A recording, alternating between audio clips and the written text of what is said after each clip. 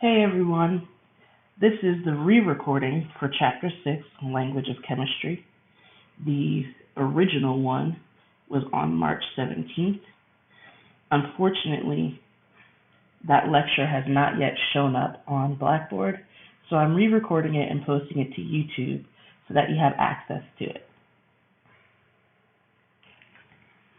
First, we're going to start with a little bit of history. All the naming rules for compounds is set by the IUPAC, the International Union of Pure Applied Chemistry. So any spelling things and quirks in the rules, you have those guys to blame, not me. We're going to be classifying inorganic compounds. Typically, they do not contain carbon. There are a few exceptions like carbon dioxide and compounds that have carbonates, but by and large, inorganic compounds do not contain carbon. We're going to be classifying compounds into the 5 common classes of inorganic compounds. We've got binary ionic compounds, which I will abbreviate BIC. We have ternary ionic compounds, which I will abbreviate TIC. Binary molecular, which I'll abbreviate BMC. Binary acids, BA, and ternary oxyacids, TOA. This handy chart organizes the different classifications into smaller and smaller buckets, if you will. So we start with the inorganic compounds and acids all the way up here. And then we break it down into ionic, molecular, and aqueous acids. From there, we break out into our 5 different groups: the binary ionic, ternary ionic under ionic, binary molecular, which is the only thing under molecular, and then the binary acids and ternary oxyacids are under the aqueous acids.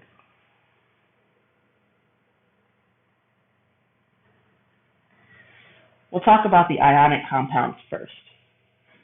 Binary ionic compounds, if you remember, we're going to call those BICs. They contain 2 elements.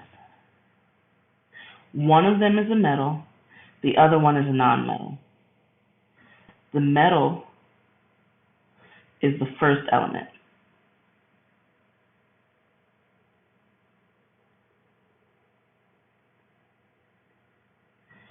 So in our examples of NaCl, Na is a metal and it's listed first. Then the nonmetal Cl is listed second. Same with our second example. Al is aluminum and that's a metal and it's listed first. Remember that the nonmetals, when you're looking at the periodic table, we're talking about group 5A through 7A. So when you see a metal plus an element out of one of the groups 5A through 7A, you're looking at a binary ionic compound. For ternary ionic compounds, you have 3 elements. So you've got one metal, which again is the first element.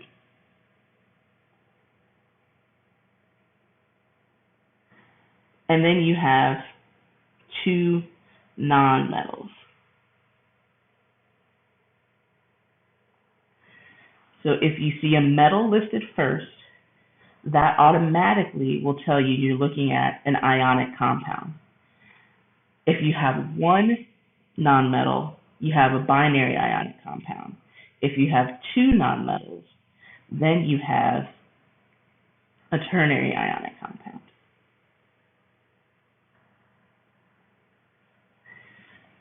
Let's move on to molecular compounds. We've only got 1 in this category that we have to worry about. Binary molecular compounds contain 2 elements. Binary, 2, makes sense.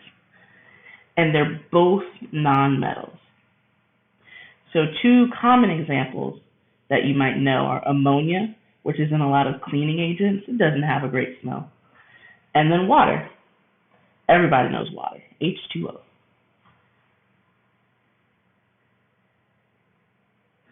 Aqueous acids. Whenever you see something that has an AQ in parentheses, that means that it is aqueous. Aqueous simply means dissolved in water.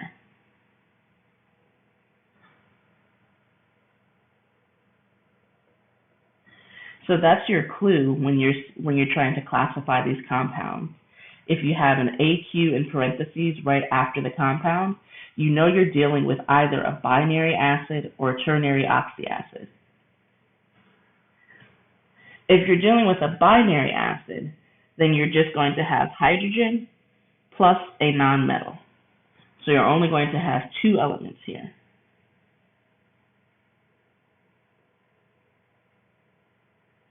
With a ternary oxyacid, you're going to have the hydrogen. You're also going to have oxygen and some other nonmetal. So you're going to have hydrogen plus two nonmetals.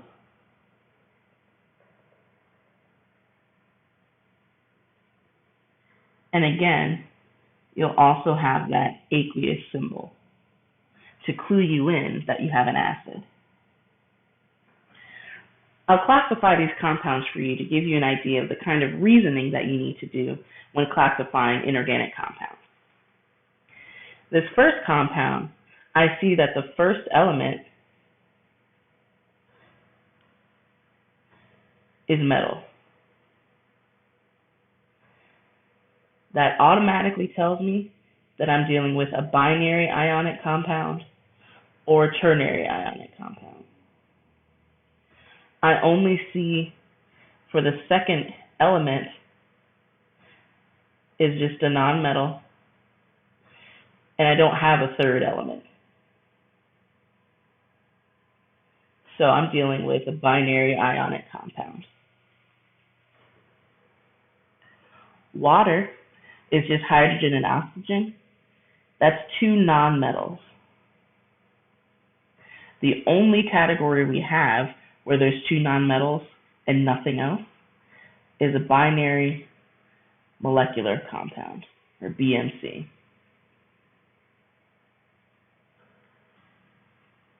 This next one, again, I see my first element is a metal.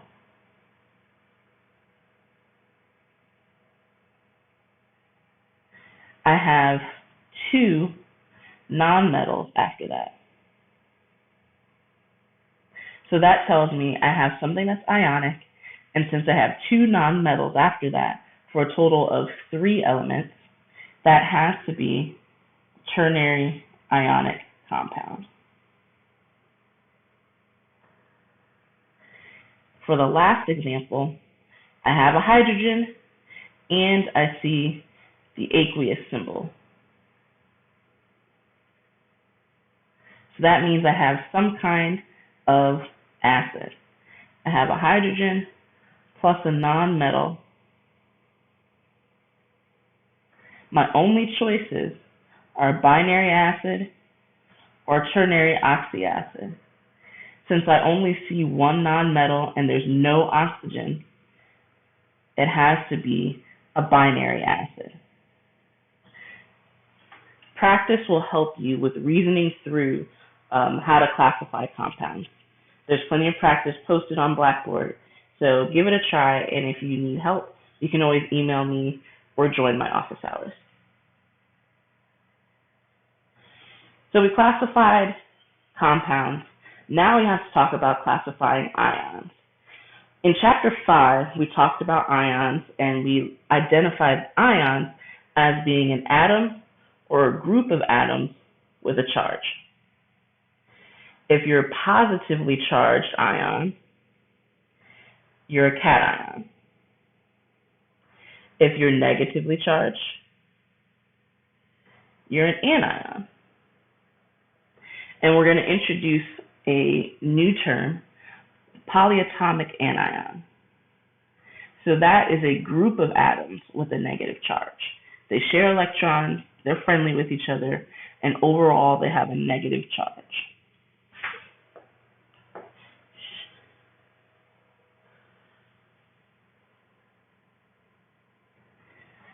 Let's look at another chart where we can classify ions. So we have these two words, monoatomic and polyatomic. We said that polyatomic is a group of atoms.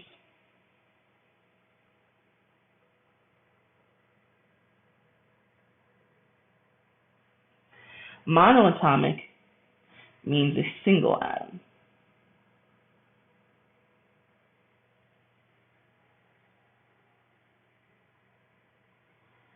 First, we're going to talk about monoatomic cations. What you should think when you hear this right away is metals. Metals lose their valence electrons to form cations. To name a cation, you look at the actual element, so the symbol in the first example, Na, is for sodium, and then you write the word ion next to it. The reason you know it's an ion is because there's a superscript with a charge. So it'll be a plus sign if it's +1. We just don't write the 1. For magnesium, we have a 2+ because its charge is 2+ when it loses its valence electrons. So you'd write magnesium followed by ion.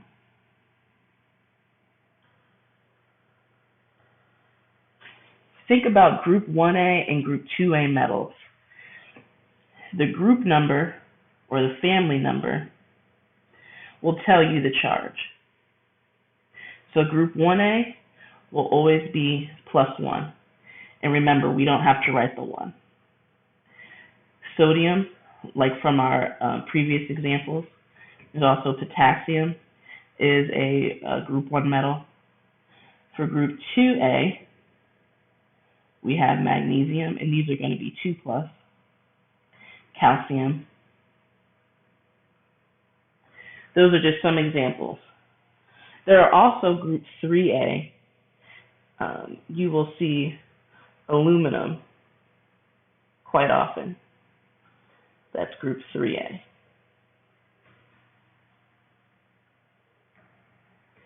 Some metals are more flexible. They can form more than one ionic charge. The metals that are transition elements, think about the D block on the periodic table,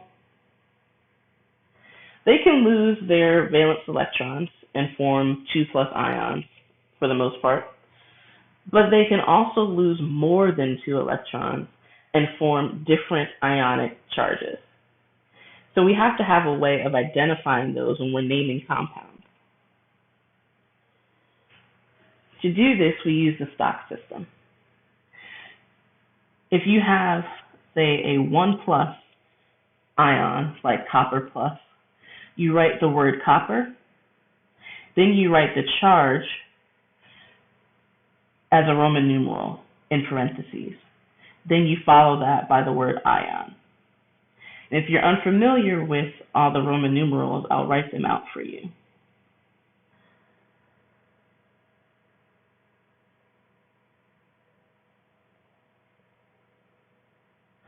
So this is 1, 2, 3, 4, 5, 6, and 7. You shouldn't need anything past that. There are some exceptions when we're talking about transition metals. Zinc, silver, and cadmium are all transition metals, but they only form one ion. Zinc forms a 2+ ion, silver forms 1+, and cadmium forms a 2+. So when you see those, you don't have to use the stock system because there's only one ionic charge for these transition metals.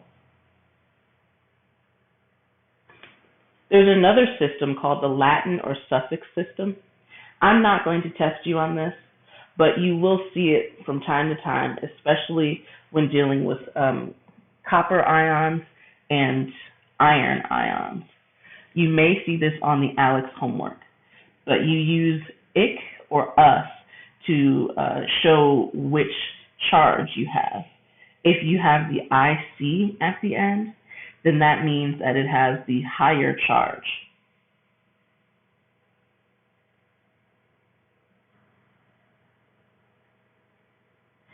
If there's OUS at the end, that's the lower charge.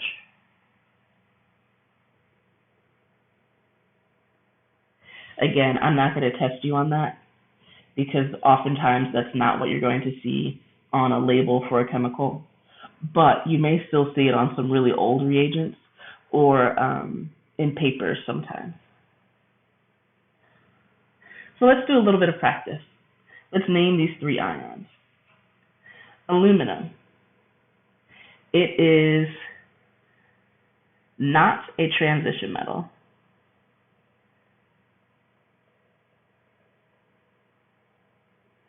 So that means we don't have to use the stock system. We simply write the element name, aluminum, followed by ion. Zinc is a transition metal.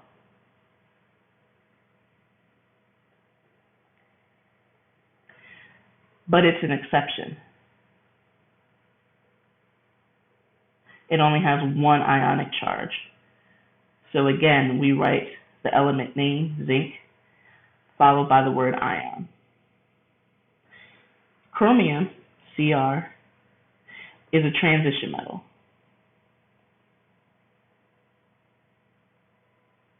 It's not an exception. It absolutely has more than 1 ionic charge. So we have to use the stock system.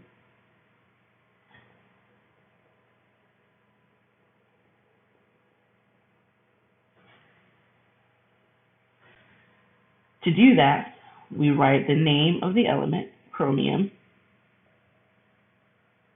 and in parentheses, we write its charge, which is 6, as a Roman numeral. Then you follow that by the word ion. So that's naming monoatomic cations. Now we have to move on to monoatomic anions. These are the nonmetals I was telling you about earlier. So they gain valence electrons to form anions. And again, to remind you, we're looking at groups 5A through 7A on the right side of the periodic table.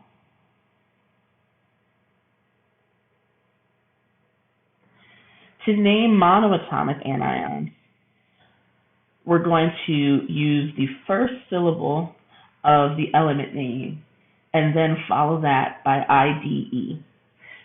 Below, there's a table of common monoatomic anions. I'm going to break down how the name came to be. So for this first one, the element is bromine. So the first syllable is brom, B-R-O-M, and that's what you see here. Then you have IDE added to the end. So you get rid of that ending and you add I-D-E. Then you write the word ion. Same thing for, let's do nitrogen. Nitrogen, N-I-T-R-O-G-E-N. The first syllable, N-I-T-R. And that's what you see here. We get rid of the rest of the word and add IDE followed by ion. So just take some practice. The common monoatomic anions are in this table, so that will help you when you're doing homework and you're studying for the exam. We have to talk about the charge of monoatomic anions. We talked about this in chapter 5, so this should be a refresher. If it's not, revisit chapter 5. So to figure out the charge for a monoatomic anion, we're still concerned with the group number, all right, or the family number.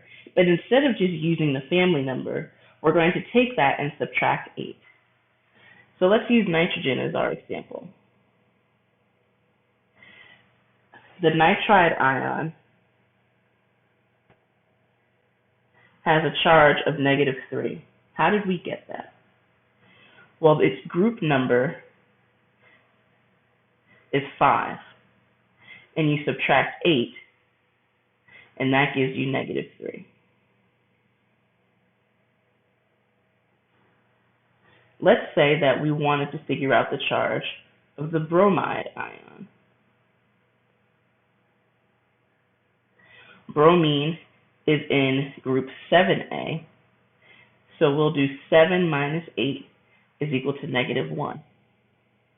That means our ion looks like that, just the minus sign for -1. This chart here with monoatomic cations and anions, the common ones that you'll see, very, very helpful for doing homework and studying. It gives you not only the cations, the monoatomic cations, but it also gives you some of these transition metals. It doesn't give you all of the charges for all the transition metals. For example, chromium here can actually be 6+, but it gives you some of the common things that you'll see. So we've covered monoatomic cations, monoatomic anions. Now we have to cover polyatomic anions. These are sometimes also called oxyanions because they're elements that are combined with oxygen, usually. The majority of them are. A lot of the oxyanions have a name that ends in ATE. So for example, NO3- is the nitrate ion. Some oxyanions will have an ITE at the end. So nitrite is NO2-. ITE versus ATE, we're looking at one less oxygen. So remember from the other page, NO3- is nitrate. They have the same charge, they just differ by one oxygen. So let's practice that a little bit. Let's say we have the chlorate ion, which is ClO3-.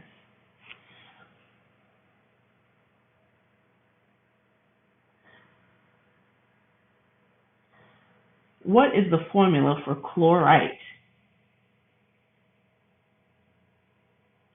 Well, we need to take away one less oxygen. So it's one less. That means instead of ClO3, it's going to be ClO2, and it's going to have the same charge.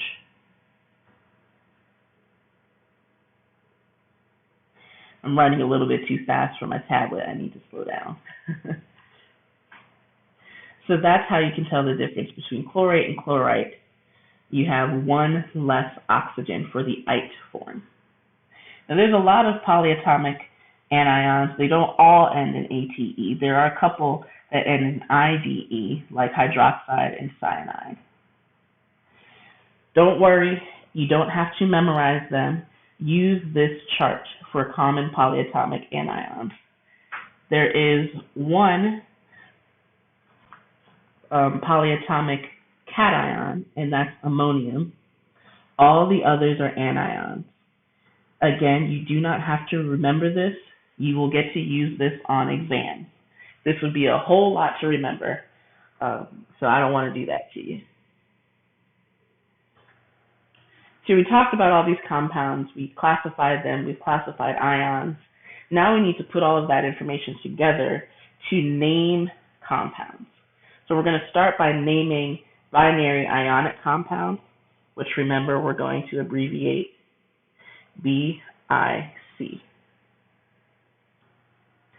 When you're naming a compound, you're going to combine the cation name and the anion name, and you're going to drop the word ion from both of those.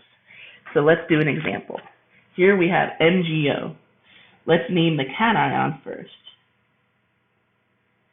So it is not a transition metal. which I'm going to abbreviate TM, that's transition metal. So that means for naming, we just write the name of the element, magnesium, followed by the word ion. For the anion, we just see one element. So that means that we have a monoatomic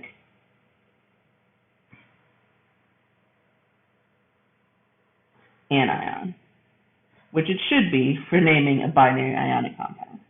But this is the whole process of looking at a compound and you don't know its classification, how you figure out how to name it. All right.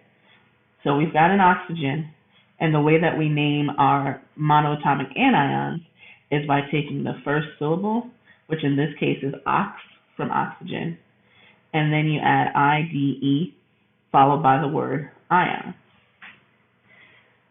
To name the whole compound, we get rid of the word ion for both of these and put them together. So it will be magnesium oxide.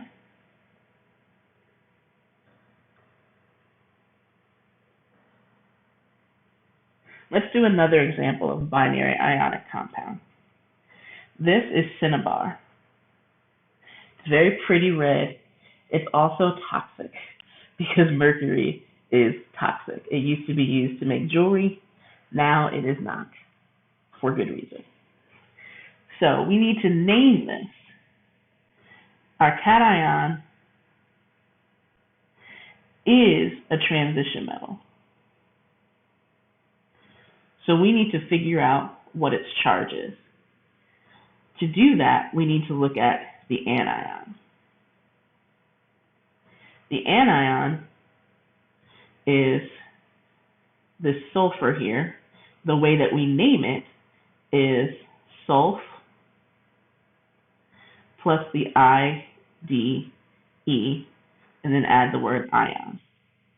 We should know from how to figure out the charge of a monoatomic anion what the charge on the sulfur is. Sulfur is a group 6A element, which means that we're going to take its family number 6, subtract 8, and get -2 for its charge. Since this compound has to be neutral,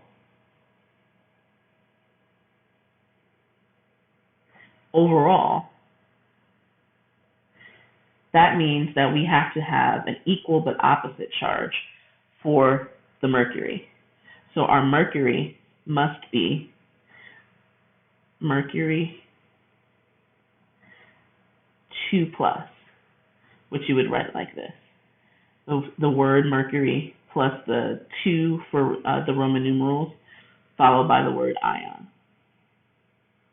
Then you get rid of the word ion for both of them, and you smush them together. Mercury 2 sulfide.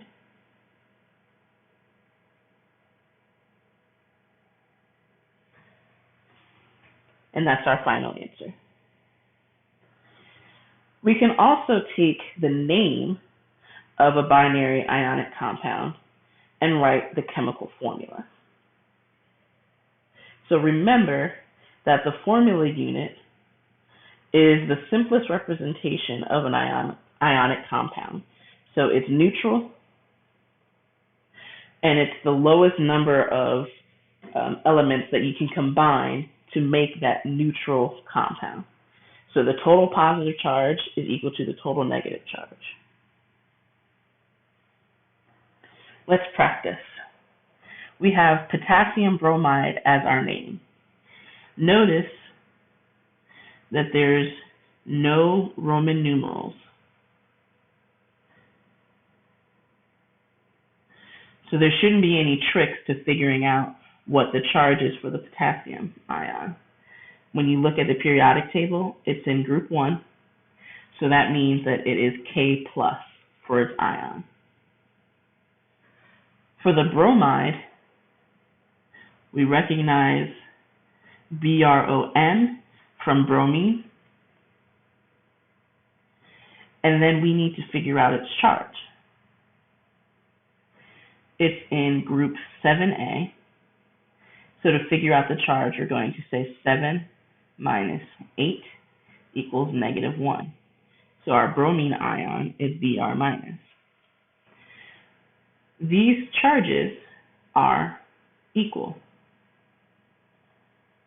We have +1 on the cation side and -1 on the anion side. So that means we can write KBr as our chemical formula.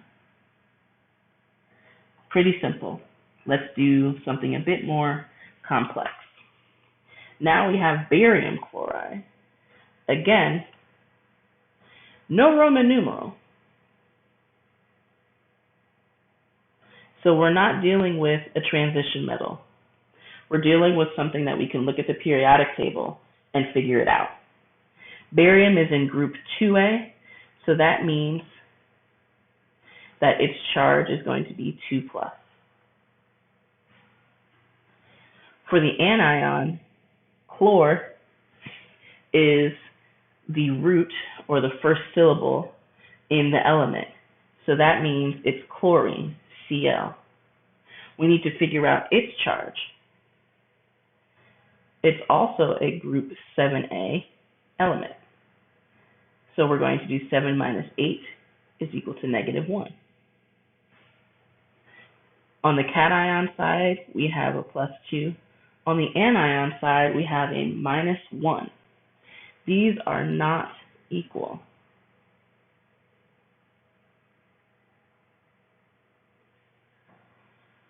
So what we do is we have to equal out the positive and the negative. And we can't take away any charge from the barium, but we can add more chloride ions to balance the charge. This number here, the 2, that's part of the barium's charge, that's going to become the subscript for the chloride ions. And this 1 is the subscript for barium.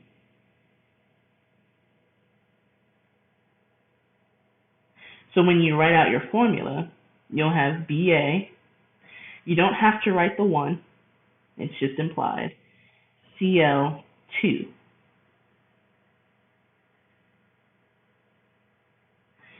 And to double check yourself, we know the barium is a +2.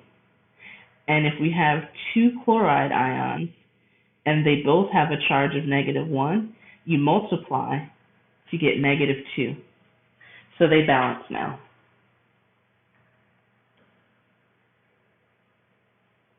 Let's do yet another example, this time with a transition metal. We see the Roman numeral here. So we've got a transition metal. It's telling us what its charge is already. So for our cation, we have chromium 2+. Now let's think about what we have for an anion. We have NiTr as the root. That means that we're dealing with nitrogen. Nitrogen is in group 5A. So we're going to take 5, subtract 8, and that gives us -3. So the charge for that nitride ion is 3-. Again, we're not equal here. So this 2 and this 3, we're going to use those as subscripts. The 2 becomes the subscript for the nitrogen, and this 3 becomes the subscript for the chromium.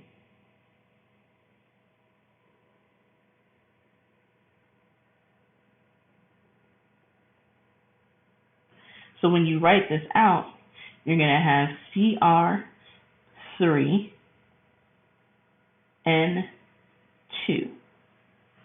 And you can check your work, just like we did before. We have 3 chromium ions. The charge is +2, and that equals 6.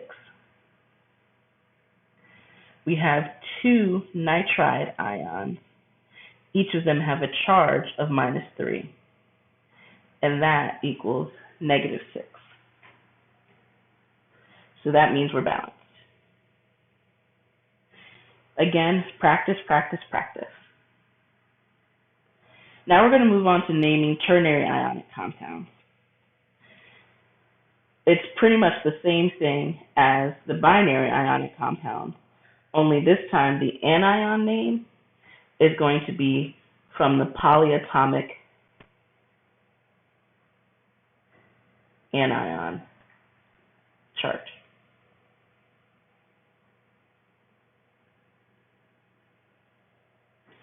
So make sure you have your chart handy when you're doing these. Potassium, we already know.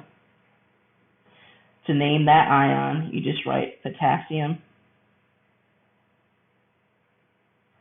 ion. Then you have to identify what ClO2 is. Again, use your chart. I know that that is the chlorite ion. We get rid of the word ion, and the name is potassium chlorite. For this next one, it's a little bit trickier. Cobalt is a transition metal, so we need to figure out its charge. We do that by figuring out what the total negative charge is. ClO3 is the chlorate ion, and its charge is -1. We see that there are 3 of these because it's outside of the parentheses. So if you use parentheses around your polyatomic anion, then that means that you're going to put a subscript on the outside to tell you how many. If you have more than 1, then you need to put a subscript. To figure out the total charge, we say 3 times the charge of it, -1, is equal to -3. That means that our cobalt has to have a +3. The way that we represent that is cobalt with a Roman numeral 3. Then you write the name of the polyatomic anion, chlorate. Cobalt 3 chlorate.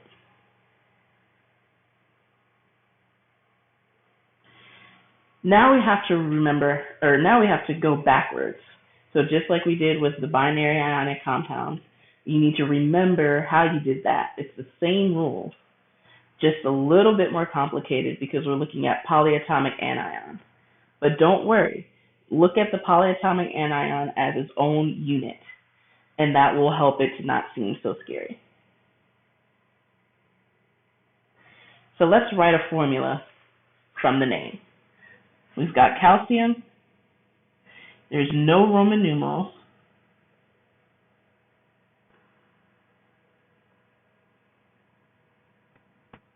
So that means we can look at the periodic table and figure it out. Calcium is a group 2A, so that means its charge is 2+. The nitrate ion, you'd find that word on your polyatomic anion sheet. And when you find it, you'll notice that it is NO3- for the nitrate ion. On the cation side, we've got 2+. On the anion side, we've got 1-. They're not equal.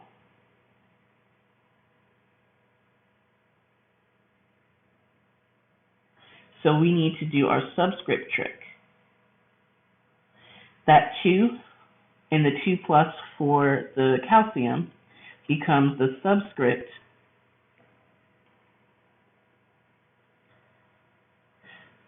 for the nitrate.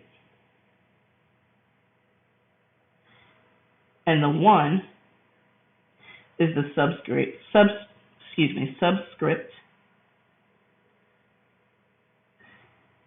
for the calcium. And the way that looks, we don't have to write the 1 for calcium, it's implied. And we're going to have more than one of these nitrate ions, so we have to put it in parentheses. So that's the nitrate ion, and we're going to have 2 of those, so we place that on the outside.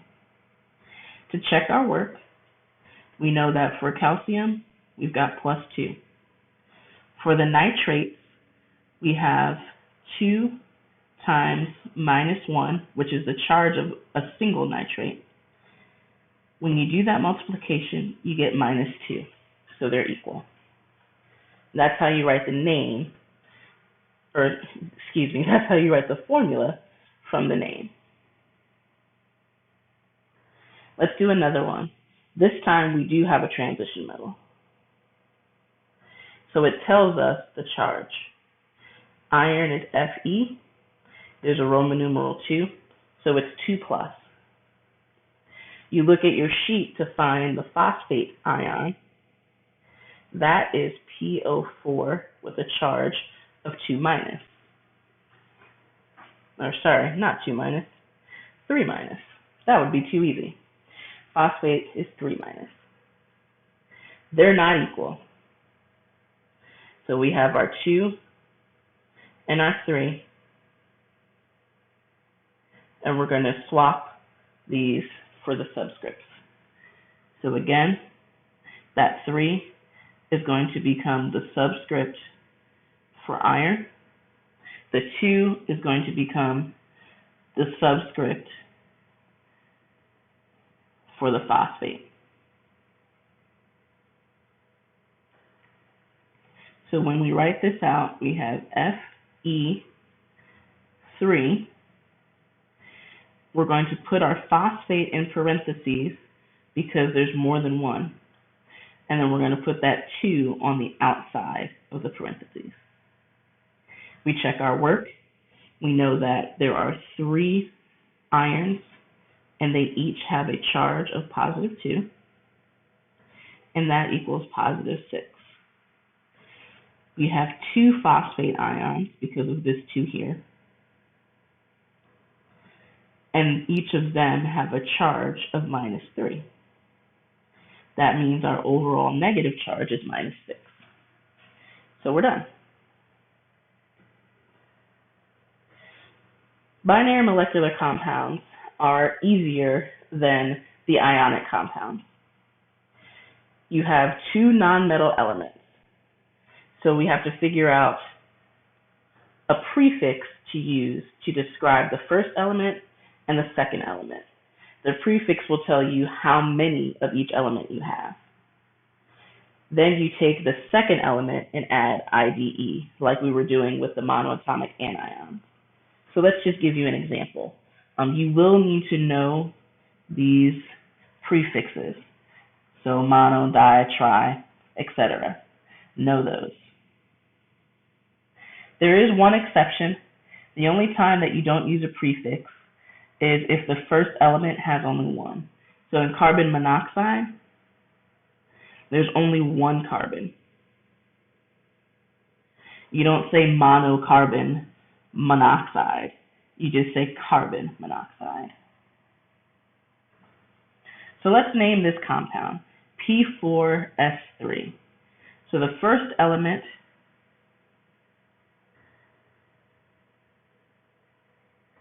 is a P, and we have 4 of them because of this subscript right after it.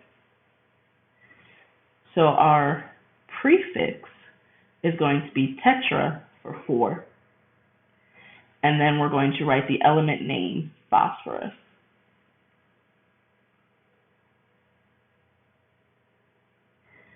For the second element,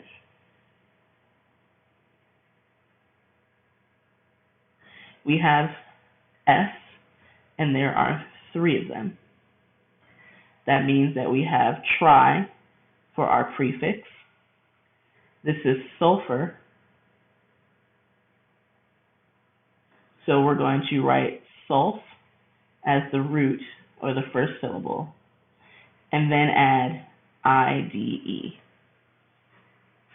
So the name is tetraphosphorus trisulfide. Let's name another one. The first element,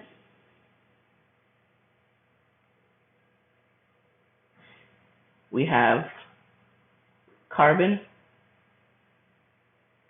and there's 1 of them. So that means for our name, we're just going to write carbon. No need to use a prefix. For the second element, we have chlorine, and we have 4 of them. So we're going to use tetra as our prefix. Then we're going to use the first syllable, chlor, and add IDE. So the name of this compound is carbon tetrachloride.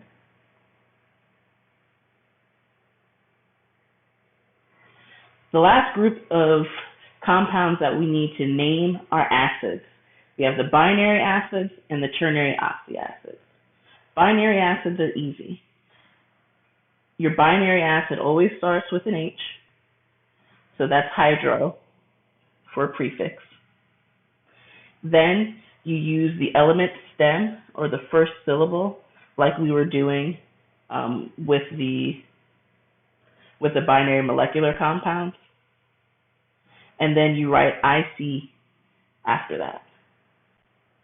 So it's hydro, then you put the element stem and add IC, then you just write the word acid. So let's do a couple. We know it's an acid because of the AQ. It is a binary acid because we've got hydrogen plus a nonmetal. So we're going to start by writing hydro. Now Br is bromine. So the root that we're going to use for that is brome. We get rid of that INE and add IC. Hydrobromic. Then you just write the word acid. Let's do another example. We know it's a binary acid, so we're going to just start by writing hydro. Then we figure out what the element is, the nonmetal, iodine. We're going to take this first syllable or the root, and that's iode. Get rid of that INE, add IC, hydroiodic. Then write the word acid. So naming binary acids is pretty simple. Unfortunately, ternary oxyacids are a little bit more complicated. We have the eights and the ites for the oxyanions, so we have to take those into account when we're naming the ternary oxyacids. If you have an acid that is derived from an oxyanion ending in ATE, then you swap that out for IC and write acid. So here in this example, we have H combined with, this is the nitrate ion. So we're going to take that 8 and make it ic, and then write acid. So let's name a few. Oh, I guess we're not naming a few next. We're looking at a table next that gives you some examples, so you can kind of check your work. Now let's name a few. So we have a ternary oxyacid because we have a hydrogen plus a polyatomic anion. Don't start by writing hydro. Look at your oxy anion. This is the chlorate ion. Use that sheet that has the common polyatomic anion. For an 8, we're going to get rid of that, and we're going to replace the 8 with ic, and then write acid. So our name is chloric acid.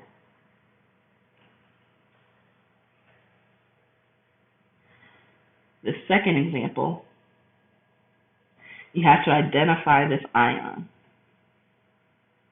It is the sulfite ion.